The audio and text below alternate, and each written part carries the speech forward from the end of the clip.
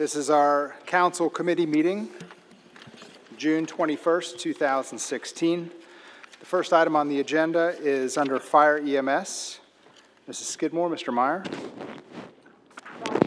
over. Rhonda's going to give a report. Rhonda, okay, good.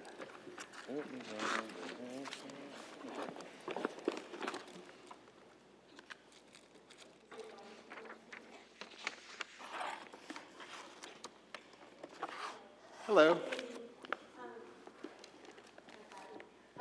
Fire Defense Department sent out a request for proposal for a accounting company. We received 6 bids from different companies, and we would like to accept a bid from MediCount and Safety Pad as our billing company and patient care reporting system. The reason that we sent out the RFP is we've had an incredible amount of problems with Internetics, our current billing company, program. In September last year, they sent notice that they were changing the software program, and we had to switch over by January 1. Since January 1, we've had so many problems with our patient care reporting. Lost reports, unable to retrieve them, we've had to recreate them. It's caused problems with revenue, problems with data collection. I can't even tell you how many problems we've had with them, so that's why we went out to bid, and our recommendation is that MediCount and Safety Pad. MediCount is a local billing company in Cincinnati. We like to go local. Our current billing company we found out was outsourcing our billing to Pennsylvania. Oh. God. It is their company in Lithuania, but we didn't know that they were doing that. That's why you're getting your bills late. We built several notices and several meetings looking at different patient care reporting systems and listening to presentations from different billing companies. Our recommendation is safety. All right, thank you. Rhonda, do you have a summary of the RFPs that came back? Yeah, the responses that came back. I know you just got it today, but.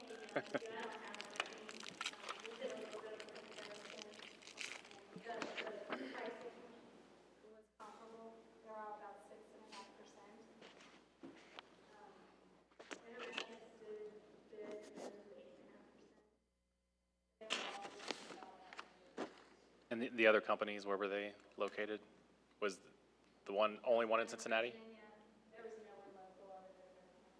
Okay. Do you know of any other fire service organization that uses this one you're choosing? We do. Good enough for me. Forest Park. Well, yeah. One of our part-time personnel works at Forest Park, and they're using the patient.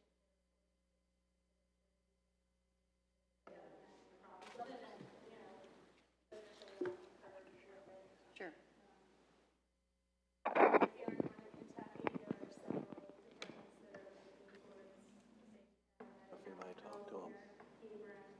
I doubt. I wonder if they talk to somebody around here that used them. Great. So there's kind of mass, when we went with Internetics in 2010, all of those Kentucky was on the list, all jumped on at the same time. They were all jumping on at the same time.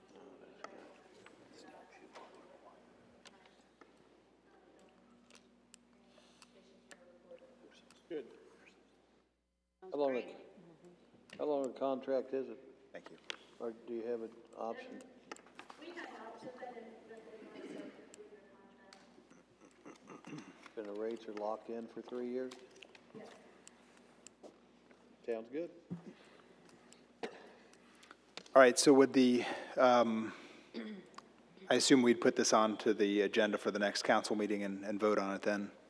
Is that executive order or I'm sorry, so. for a contract for building services? Yeah, we would do that municipal order. Municipal order, excuse me. Okay, great. Thank you so much. The only thing that I'd ask is that we can see that summary and some of the details behind that in advance of that next meeting. Right. Said you'd email, you Yeah, no. said you'd email it to him. Right. Thank you. Thank you, Rhonda. Thank you, Rhonda.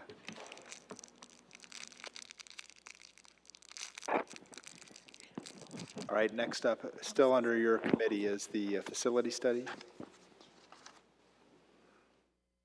So for the facility study, Mark, I don't know if you Review. had any additional We have, contact around. you had asked to put that back on here to do some discussion, Mayor, I'm not sure. The contract has been signed, just to bring everybody up to date, the contract has been signed. I talked to them today, and they are going to have their first team meeting Thursday of this week. And then next week, we'll have our initial meeting with them. Once that team meeting is done Thursday, they're gonna reach out and try to schedule a meeting for next week, so our first meeting here, and I'll let everybody know when that is, if anybody would like to come. And I think the committee, you know, in particular, may want to come to that. So I'll let everybody know when we get that meeting scheduled. Thank you, Mark. Okay, so the reason I had wanted to bring it up was because we had talked a while back about assigning maybe additional people to the committee. Because before we had people on a committee that were going to assign the company that's doing the study. Now that we've got the company to do the study, we need a committee of people that will evaluate what they come back with. And this is where I would foresee we would start to invite some of the citizens in to be a part of that committee.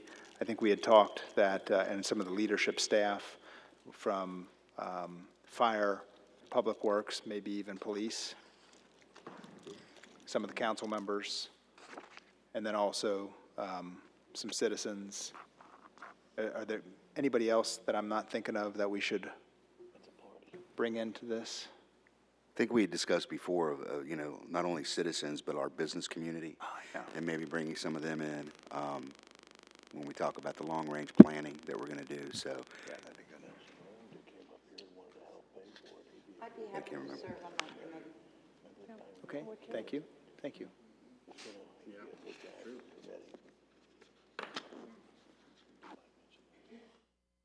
Is there a magic number that anybody's thinking in their head, how many people we should have on this committee?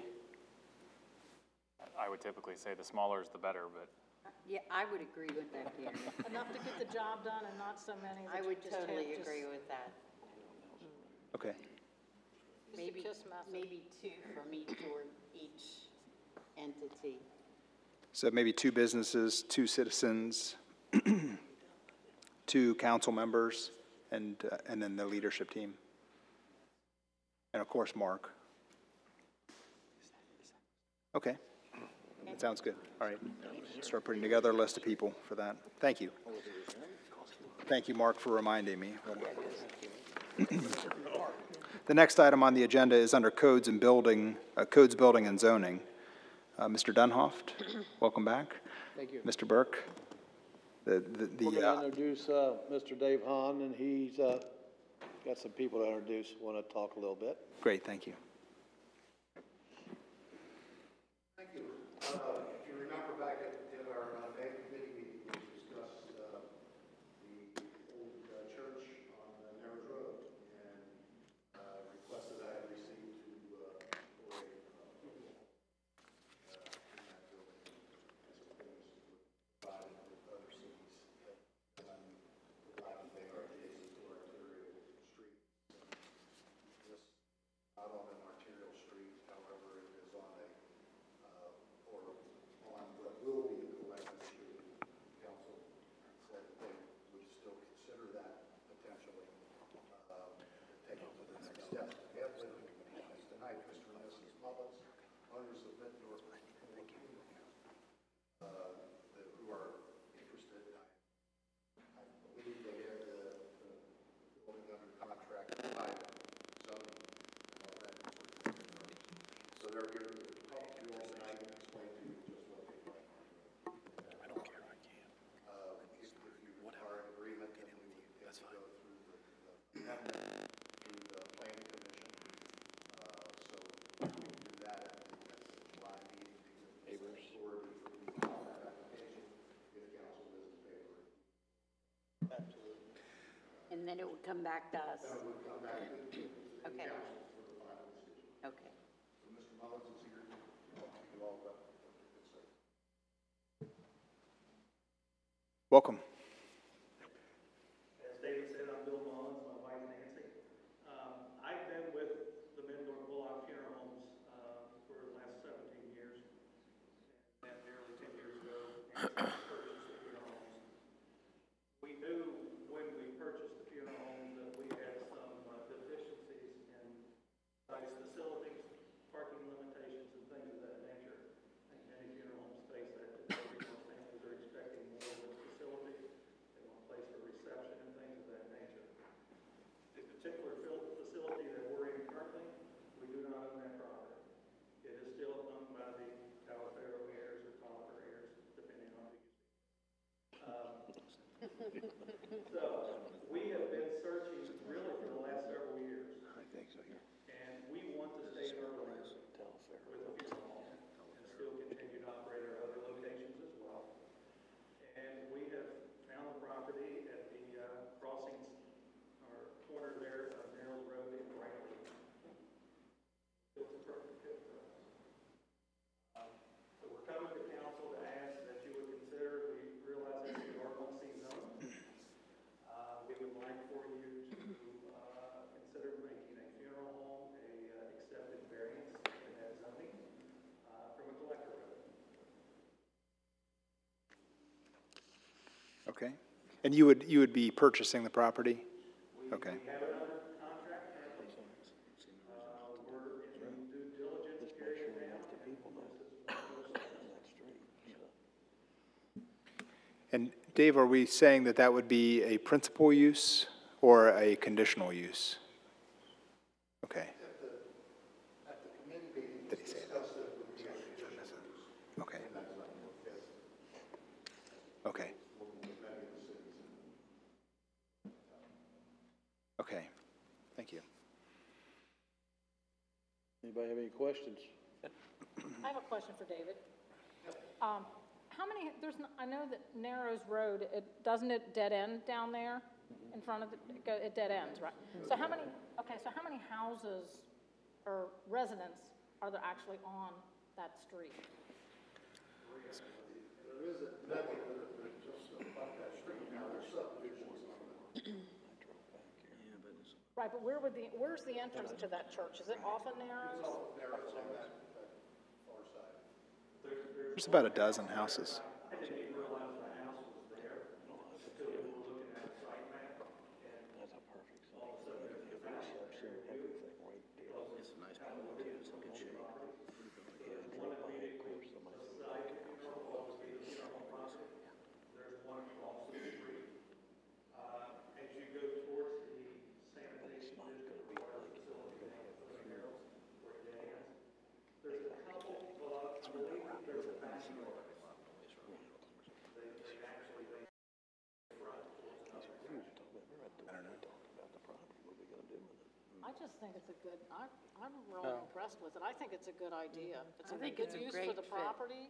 I think it is. There's not gonna be any wild parties, there's not gonna be any. pretty quiet.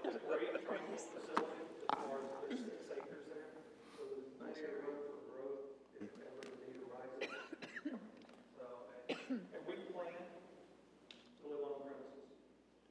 Oh, that's nice. That's really Are you nice. gonna ask, I like that. Oh, yeah. Yeah. Actually, I told you. Oh, is that right? Yeah. are you gonna pursue a crematory at some point? That's not in the plans. We have a good relationship with the current crematory that we use, so I don't anticipate that. Can I say ever? No, I can't. Where do you operate now? Well, earlier, Tellington, Hebron, Oh, okay. And it's under the Middendorf Bullock name? And this would be Middendorf Bullock as well? Okay. Great. Thank you. Dave, this is a question for Dave. What's the process for the conditional use permits? Well, in this particular case, it would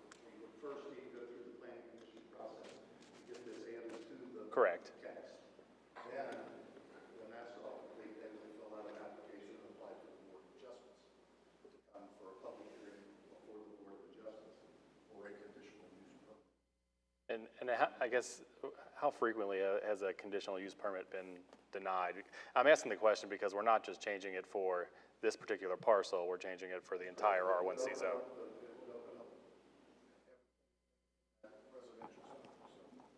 How often are they denied? Honestly, the board approves. More than they deny. More than, a lot more than they just, approve probably 90%. But really, we're opening up the scope to really more than just this single parcel. That's correct. Okay. Provided that they meet the other criteria of an arterial or collector street that they abut. And For instance, with most of you all that don't abut collectors or arterial street. But go there And then for approving or denying a conditional use permit, is there a criteria for doing that? Or is it just, there's a criteria in the statutes that talk about, they look at traffic generation, if it's generating more traffic. Jack, is there some other things that they? Yeah, I mean, there's a lengthy set of standards, and as an example, Smith's Towing, I think, is the last conditional use permit that went in front of the Board of Adjustments. I was at that hearing, as I know several in this room were. That was probably a 2.5, 3 hour hearing. I think the Board of Adjustments did a very good job of taking testimony from both sides, and quite frankly, on that issue, I think sort of split the baby, because they can add additional conditions. So like with Smith's Towing, they added a condition that there would be no towing between the hours of 9 and 9. Yeah, but typically your visitations in the evening are what, 7, 9's the latest they ever go in. Yeah. Like 5 to 7. My only point is that the board has the ability to add conditions, and they have the ability to approve with conditions, which is what they did with Smith's Towing. Well, and we're not your typical retail, and variance. I don't know that you would have a rush of funeral homes wanting to locate in residential. Yeah, you're right. That's true. Yeah, let's get 6 funeral homes right there. I think it's gonna make a vast improvement to the area. I mean, just them alone going in there along will make values of property that's even worth more money because of how they take care of the funeral homes, especially Right. Mittendorf. They have beautiful landscaping. Oh, usually. beautiful. That's only gonna increase the values out there. Vicki, did you have a question? I was just going to ask David how many other places would fall into that category where they could get the conditional use, but it sounds like there aren't a whole lot. No, there aren't a whole lot that, but I feel like Collector it's a Street. great place too, a great location, as long as citizens don't have a problem with it, and I don't see why they would, because it sits by itself. Yeah, that's what I was gonna say, yes. Yeah, Because I think know it's- that one house is incredible. David? and I'm not familiar with the topography there. Is that particular area more conducive to residential building? where the church is, as Mr. Mullins mentioned, it's on 6.5 acres. Yeah. As you go further down that section of Narrow Road, it's pretty rough to follow. It's all wooded behind, for the most part from there to Turkey. Pretty much, How many pictures on what it's gonna look like getting but pretty much everything is developed around there. I mean, there's not a whole lot of undeveloped sites. I mean, other than the woods behind it, which are, I mean, you're talking steep valleys and creeks. Yeah, I just think about that area and it feels much more conducive to, residential, but, I don't think there's any place to develop that's, No, you got the well, I mean, pump house if down you've there. got a 6-acre lot, I mean. oh, yeah. Really down. Yeah, Yeah, if you knocked it down and, yeah. right. I got just one question, Dave, on the public hearing. How soon would that public hearing be advertised, once? Well, first it would go to the planning commission, and that's a public hearing as well, Okay, for our text amendment that we filed. all right. So we would come to the July meeting, we prepared, Jack prepares the resolution or the documentation that you all give me the authority to go down and file the application.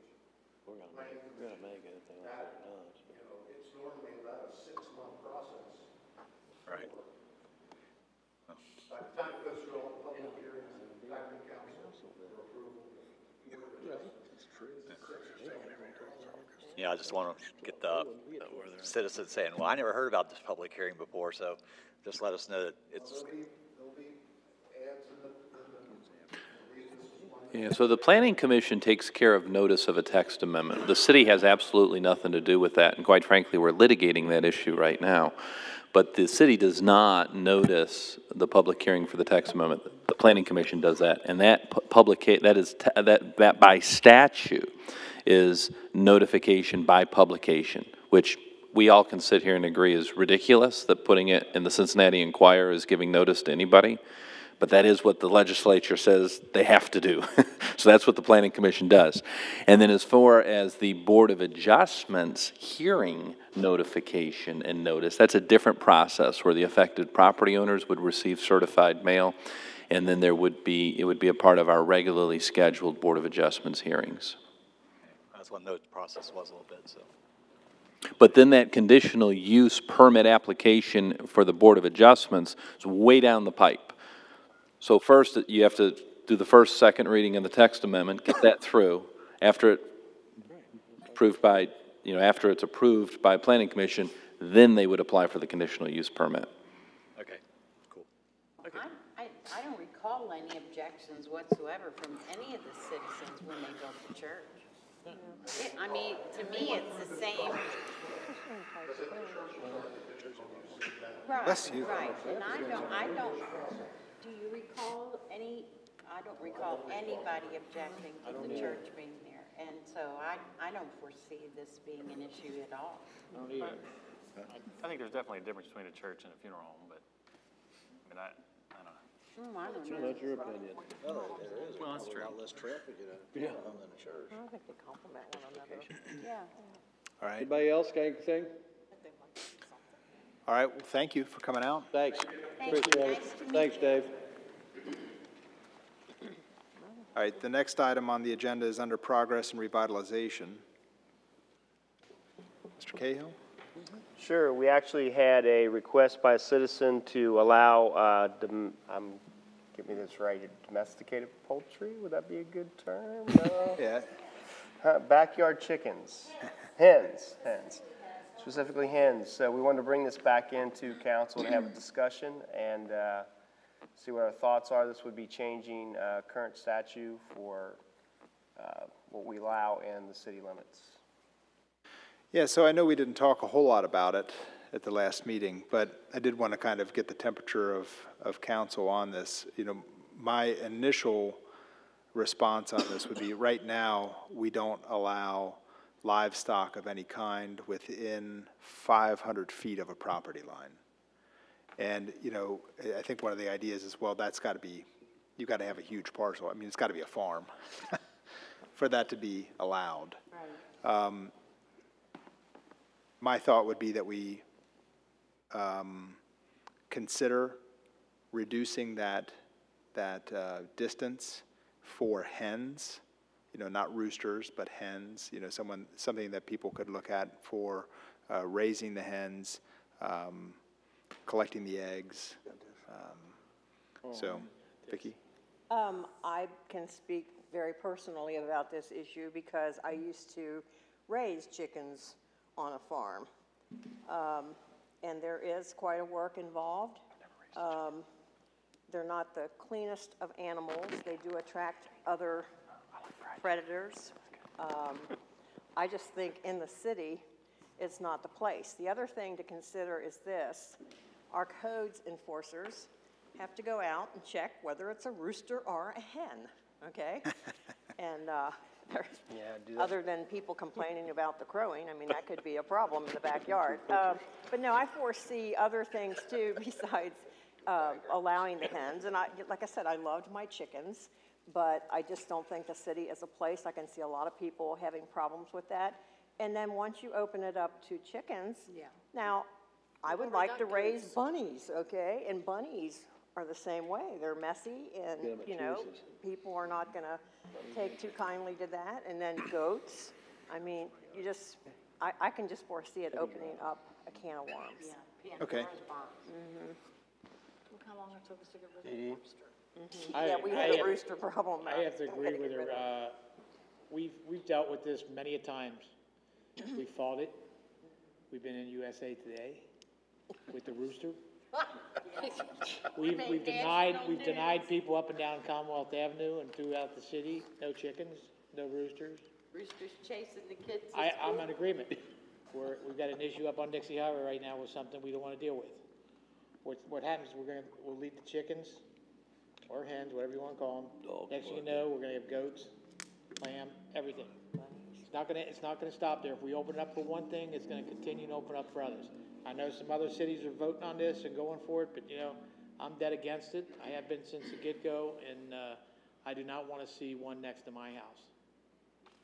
And like you say, additional predators. We don't need the coyotes in our city. We don't need the foxes. We don't need the weasels. We don't need all those animals in our city. And the next thing you know, our police and our guys got to go out there and fight these things every day. It's not worth it. Okay, duly noted. Yeah, thank you. Any other comments, discussion? I'm against it. All right. Well,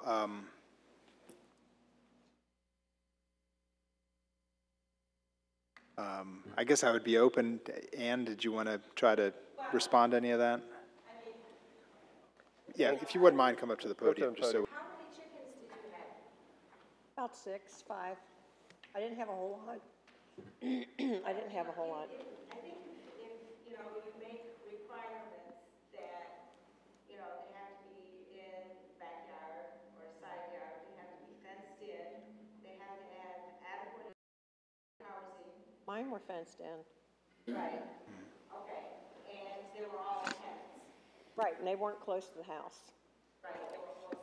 They were not close to my house. What animals did they attract? They attracted mice and snakes. I was telling someone before, one of them had come in, a snake came in and swallowed one of the eggs, and we had chicken wire, and the snake was trying to get out through the chicken wire.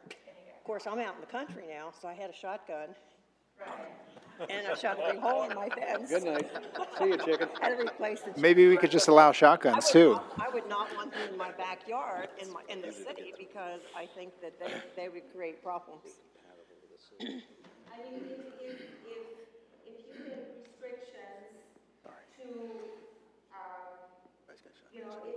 the 500 feet is pretty, that's a large, distance between, let's say, Tui's and house. Yes, you would want 500 feet from your house, at least, because there are a lot of chickens there, there's a lot of noise, there's a lot of, noxious smells, but to have, chickens as pets, and that doesn't necessarily mean you have to, allow goats and pigs, but if you just change the restrictions to those people who, would like to raise hens for pets, for their kids, for the eggs, to say, okay, you have to have at least, 100 feet from the chicken house to your neighbor's house, and it has to be fenced in, and they have to be cooped properly. I mean, Edgewood, Covington, are there snakes in Covington? Are there foxes in Covington or coyotes in Covington? I'm sure there Absolutely. Yes, They are. Oh, yeah. Right on top of the hill, as you're going down the bottom of the hill, I got a friend of mine who lives on top of the hill, faces Covington. Every night, you're up and down that hillside on the interstate. Yeah. Take pictures of them and everything. They've been on the news and everything. I'm telling you. We got a lot of woods here. We've had one hen in here. We're gonna let more hens in here. And I don't wanna see our codes enforcement agents have to go out to every hen house in the city of Erlanger and have to fight this day in and day out. How many? Because they're gonna break the logistic law like they always break it when you do something like this in the livestock in the area. Yeah, it's a headache. It's a logistic nightmare. Because you can tell people, okay, you can have 3 hens. I mean, Codes really, enforcement goes out and they've are got they 4. gonna go out and count how many hens? I mean, that could be a Some nightmare. guys can only count the 3. Yeah. You get 4. Oh, my God. Well, I'm sorry. Well, you 8 together.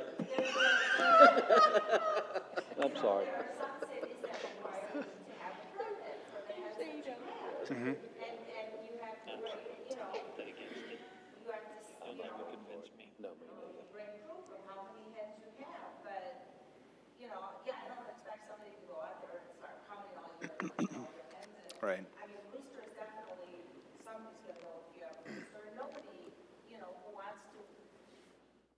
People who nowadays are raising chickens as backyard chickens are, you know, they're passionate about chickens, they're dedicated to chickens, they don't wanna, you know, do things that are gonna ruffle the feathers of their neighbors, and getting a rooster would definitely be one of those things, you know, but I think it's possible to, you know, come to a, how would you say, compromise between the two sides, and, you know, let more people feel that they are, you know, greener, more, you know, conscientious about what they eat, what they put in their mouths, and they feel they're healthier if they're eating backyard chicken eggs because they are healthier than store-bought chicken eggs. I mean, just look at the history of the egg recall in the last 5 years. Every year, some places recalling the eggs that they're selling in the store. In 2008, it was like 500 million eggs recalled because of salmonella. Oh, yeah. Healthier and raising your own chickens, you're going to monitor their health, you're going to know that it's Yeah, you're right.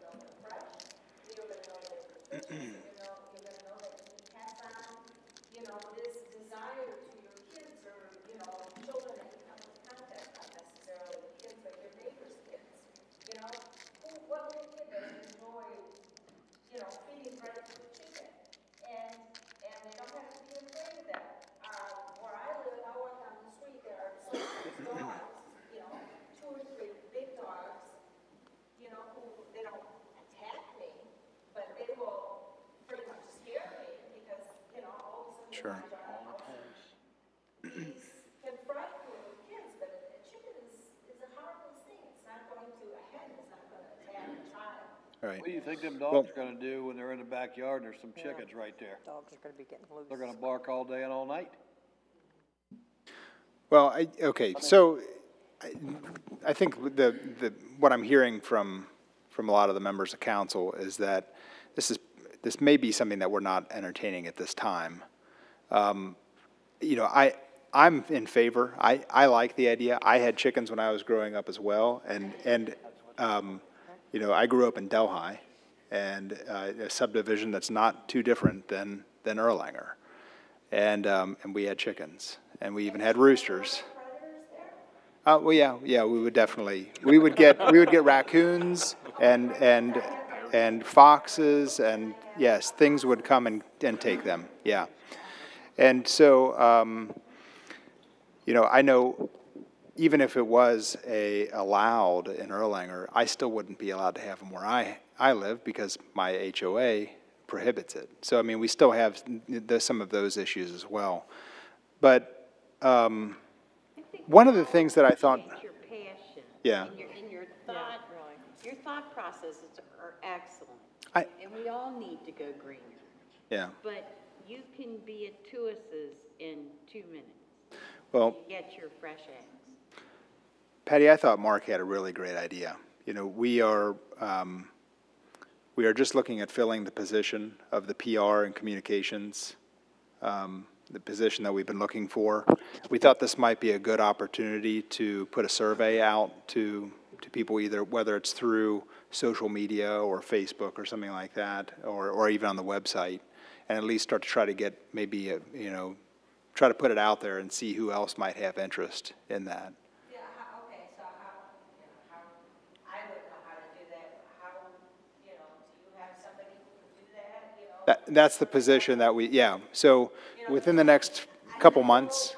People around me say, you know, Yeah. this is great. Yeah, so I think, you know, what I would certainly do is if we can create some kind of survey like that, I'll make sure you're aware of it when we do it, and we'll see what kind of feedback we get. So I think that's about the best that we're going to be able to do at this time. Okay, thank you very much. Yeah, thank you, Ann. Thank you. Thank you for coming.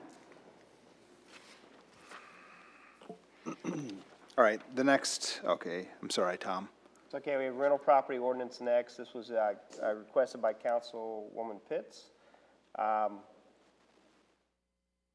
here. He's not here.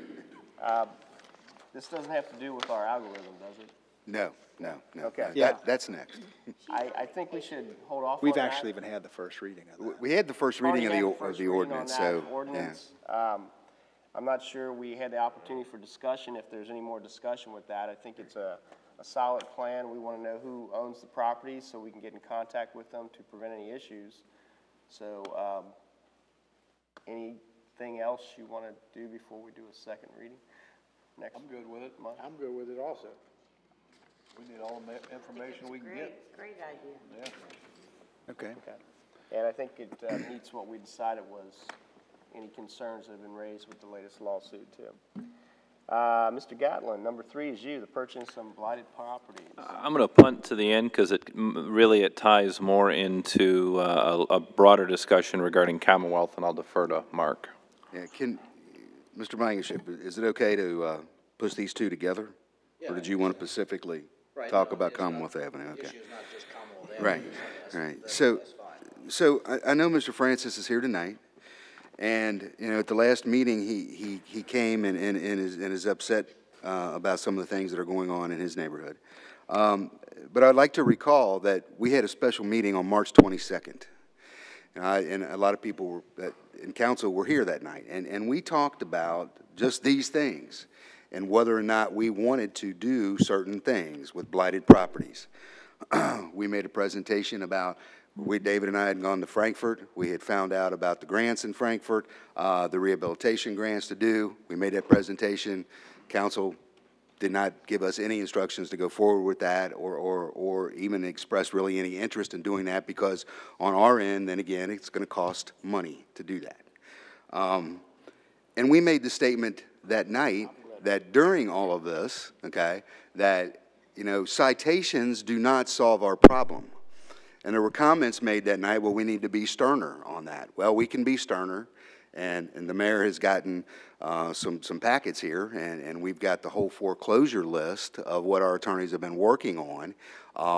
You all know many problems with this. You know, we can talk about a property on Stevenson Road that we've been talking about in this council for 3 years, and how it's tied up in the courts and what we're trying to do with that. Okay, so, you know, looking at other options and some things to do, Mr. Gatlin's going to get into a new law that's going into effect July 15th. And gives us some opportunities to declare properties blighted and then condemn those properties once we get to court, and then we have to purchase those properties. So, again, we're talking about instituting a program where you're going to have to spend funds. Citations are not getting this done. We put the liens on the house, or they pay the citation and they don't fix the issue, and they get another citation, and they pay that citation and they don't fix the issue. And this could be just an endless cycle. So those properties that are repeat offenders, we need that other tool to be looking at, which we've said, you know, and we've discussed this, the other tool to use is the only way to do that is for us to gain control of that property. That's it. There is no other way to do it. You cannot make property owners do anything unless you have that threat of being able to take that property. The foreclosure part of this, we just saw it. You know, we talked about this at that meeting and about the cases. There was another property, if we remember that night, we talked about what do we do with some of these properties now that we have, even excess properties. How do we market the properties that are already under our ownership? And they're sitting here now, and we have to maintain them. Within the last month, we just acquired another one. You know, and we went into executive session and purchased those two properties, or well, that one property, the other property somebody else purchased. Thank God they purchased that one. But they were both foreclosures that we, as a city, had initiated. So I think when you're looking at this, you have to look at it more on, you know, from the enforcement side. We know what's there. You know, talking to the attorneys, and, you know, there is some discussion going on now about, you know, we believe there are areas where maybe they're gray enough, the way the ordinance is written, and I'm using attorney language now, gray enough, yeah, I know, gray enough that, you know, you could stretch it to other things. But when you're talking about aesthetics, when you're talking about, you know, are all the shingles on the roof the same color? But when you look at our ordinance talks about the building code, and our building code said there has to be shingles. It doesn't say they all have to be the same color. It doesn't say your house has to be all the same color. So, you know, you get into aesthetics on one side of it, and then you get into maintenance issues on the other side and livability and those kind of things. So there's two distinct things here that we're talking about, I believe.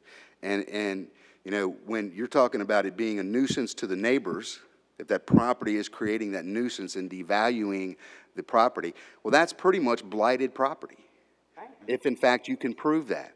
But again, that process is we would have to go down and file that paperwork and get a judge to agree with us that it was a blighted property. Mr. Gatlin will get into all that part. I just wanted to preference this a little bit, saying, you know, we have been discussing this. We had that complete meeting about this, and we walked away, and we really didn't have any kind of direction about what you wanted staff to do. So tonight, I'm asking that you give us some direction. I've got a question. We talk about citations not working.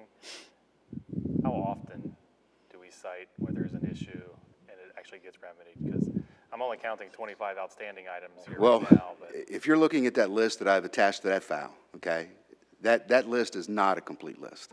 okay. That is the last list that the Wickman firm submitted to us in June.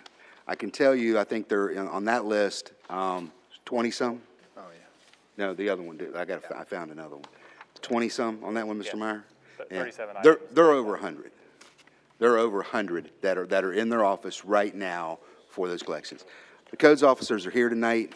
I can tell you that probably we are pretty, I think, the percentage of those that fix the violations before they go to a final, which would then lead to a lien, they probably are very successful in getting those things done by having a conversation with that. However, you do have some people that you can have that conversation with, and it doesn't do any good. There are those repeat offenders that now are getting, what was the ticket, $3,200 just this week that I signed? Yeah. So there's another one. That one has had thousands of dollars worth of fines on it, right? Initially, okay. So now the new owner has it, and the new owner is getting citations. So yeah. Right. Do we have any data, you know, showing how many times you went out and we actually didn't issue the citation, but is it just a few, or is it hundreds? Is it just, no, oh, well, just like in general, how many were remedied before we actually issued a citation? Daryl or Mark, would you please go to the mic so we can record this?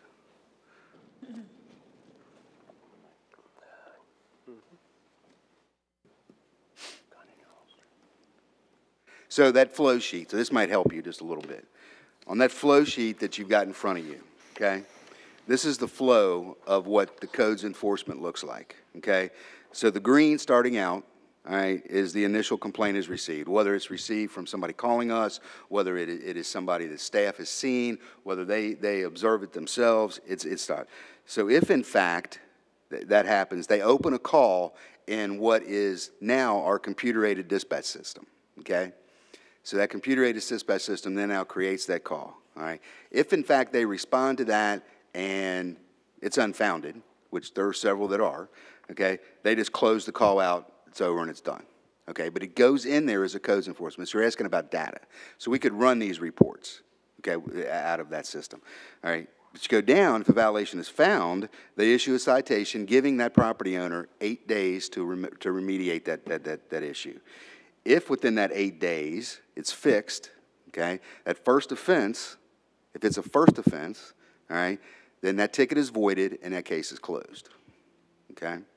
Now, if you go over to the next one, then if a second or subsequent violation happens, that citation is not voidable, okay? It says so right on the citation. So we give people that first one and we void it, all right, if in fact they fix the problem. If they get one a second time, okay, then it does not get voided. So even if they remedy whatever that violation was, that citation stands, okay? So if the violation is not fixed, all right, on any of the first, second, third, or subsequent, okay, Then if that's not fixed, all right, that citation becomes final in 8 days. They are then sent a final notice. They have 8 more days. After those 8 days, it becomes final. That's when these gentlemen bring that to me, which in the ordinance that we operate under now, the city administrator is the hearing officer, okay? They bring them to me for finals, all right? And I have been doing this for quite a while now because somehow when I was chief of police, I got the luxury, the CO appointed me to do it then. So I've done these for quite a while. And I can tell you over the years that I've done, I've only had 2 hearings. And I've been doing this probably since this first nuisance ordinance was enacted, 2011, 2012. And I'm sure they have written hundreds of citations. So anyway, after that, it goes to me. Then, after that, okay, when it becomes final, then it's mailed, and it goes to the attorneys for liens. All right? So then, it's out of our hands. Sure.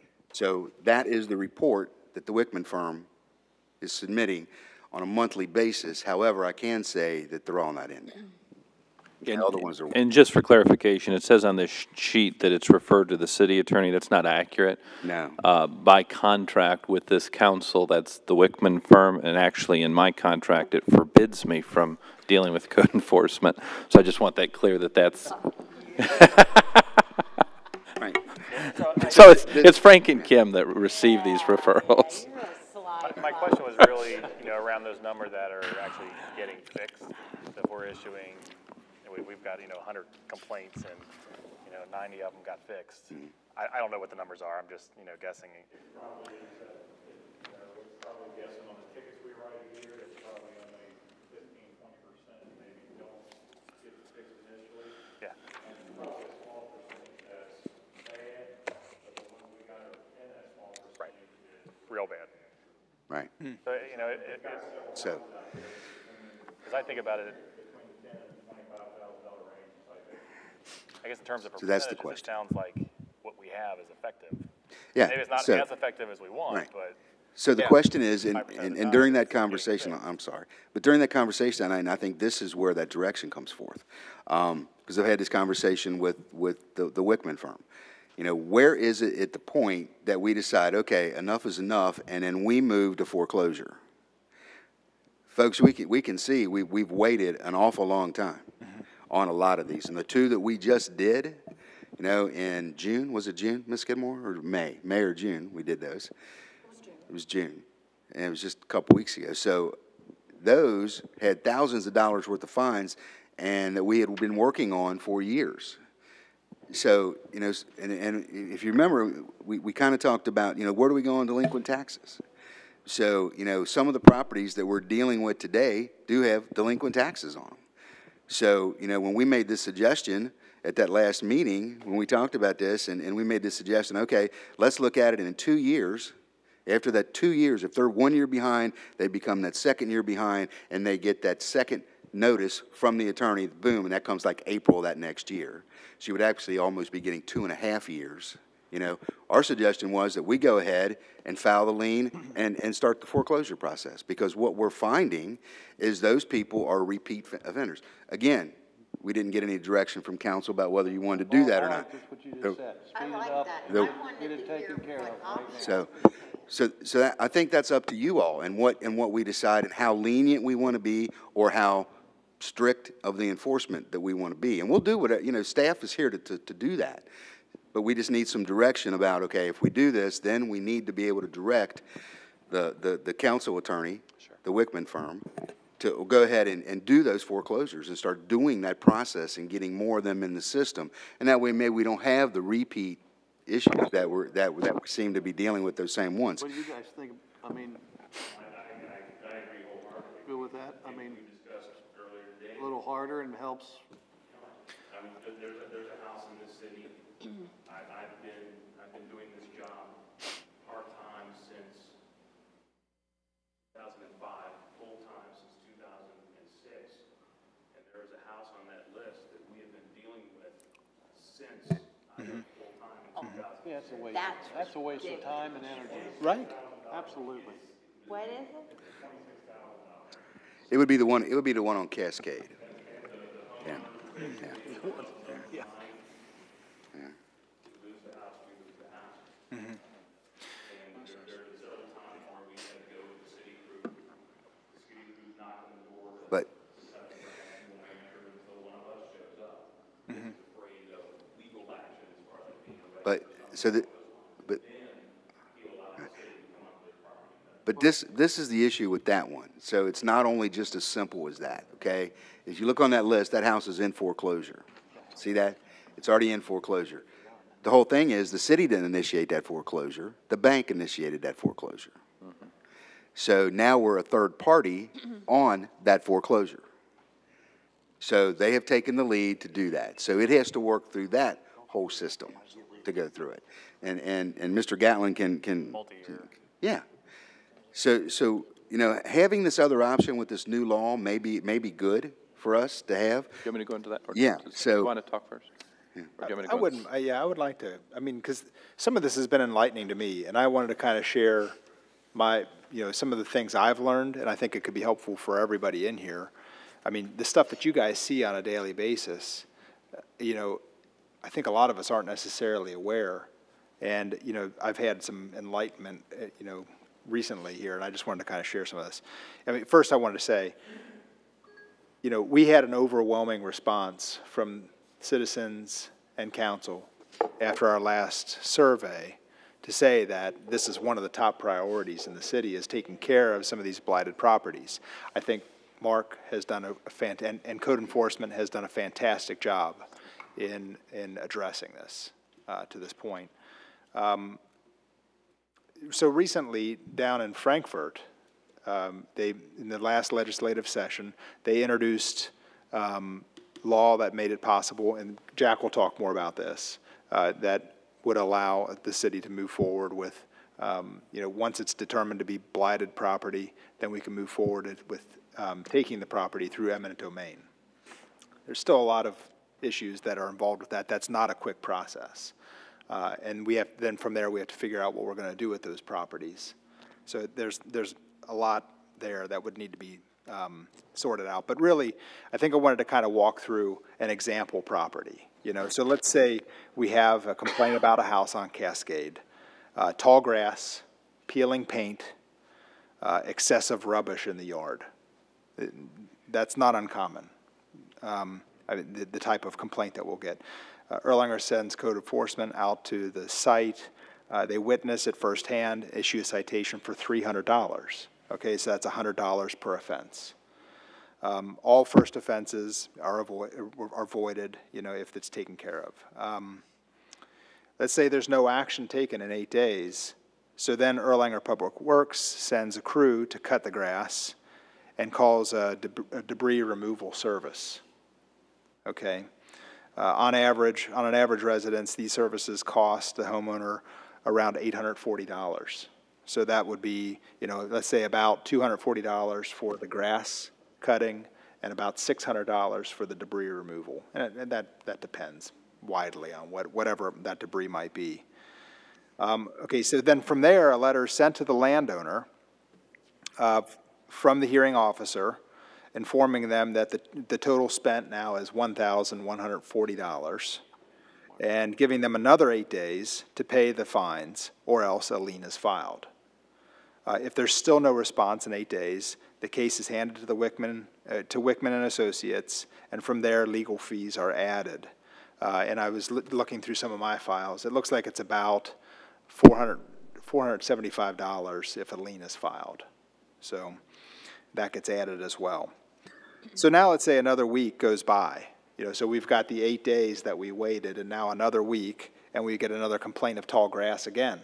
We start the process over again. This time we'll assume that there's not any debris removal, but we'll say, so we say now that these are second offenses, $250 per offense, so $500 for the tall grass and the peeling paint. We'll still assume there's no word. Erlanger mows again, and so another 17 days later, you know, from that complaint again, we are informing them that they now owe us another, let's see, not another, $1,880 plus the legal fees, which now could be, $400 to $800. If after another 8 days there's no response, we forward it to the Wickman firm again, file another lien. So another week, the cycle repeats again. We can just keep continuing this. And so we've gone through it 3 times now. The third offense, $500 per offense. So now we're up to more like around $3,120 without the legal fees. And then every subsequent from that point is going to be another $1,200 added onto that. So these start to mount pretty fast. The side note here is, okay, let's talk about what happens when a property's foreclosed on. If we're not the ones that are initiating that foreclosure, we are third. The city is third on the list for the taxes, but the fines are fourth on the list. And we just had properties on both Jacqueline and on Cowie that sold for well under what the fair market value is on those homes. And we never got reimbursed. Jacqueline wasn't really an issue. We didn't have a lot of fines and things on that one. But the one on Cowie we did. We didn't get reimbursed a penny for all that work that we've been maintaining these sites for nothing, basically. Those liens go, let's see, last we go unpaid. Yeah, so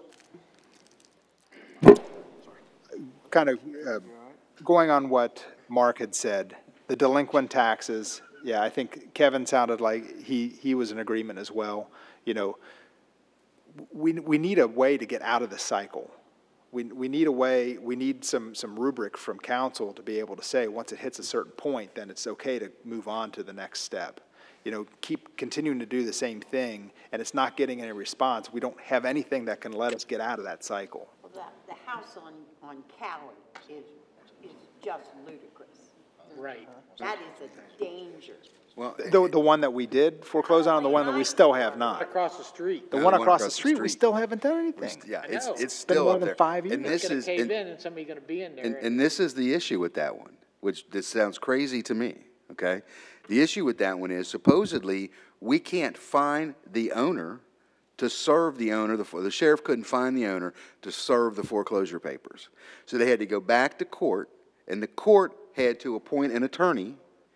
I'm getting this right. Order attorney. Yes. And now that attorney is acting on the behalf of that owner because they're the ones that are going to have to be.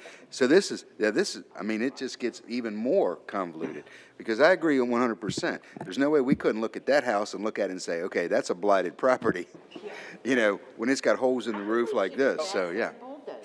I do have a statement on something you said about whoever files the foreclosure gets paid. That's not correct. That's not, okay. Jack, you may, I think it goes by. It goes by priority. I think, yeah, it's a priority situation. So in a foreclosure, the master commissioner is going to get paid first. The county and city are at equal footing as it relates to taxes, and then fines of the city would be next. If anything's left. That's right. Wouldn't mortgages come before the fines, or? No. And mortgages come after the fines. Yeah. Now, that can be litigated, but traditionally, you can sort of slip it past the goalie and nobody notices or cares. Because it gets lumped together as a payoff from the city. And that's exactly what happened on Jacqueline Drive, because that amount was down. The master commissioner took his first. County and city taxes were next. Now, this is the issue with the county and city taxes. County and city taxes. So the county sells their tax bills April 1st, I think, of every year. Okay? So it's bought by a third party.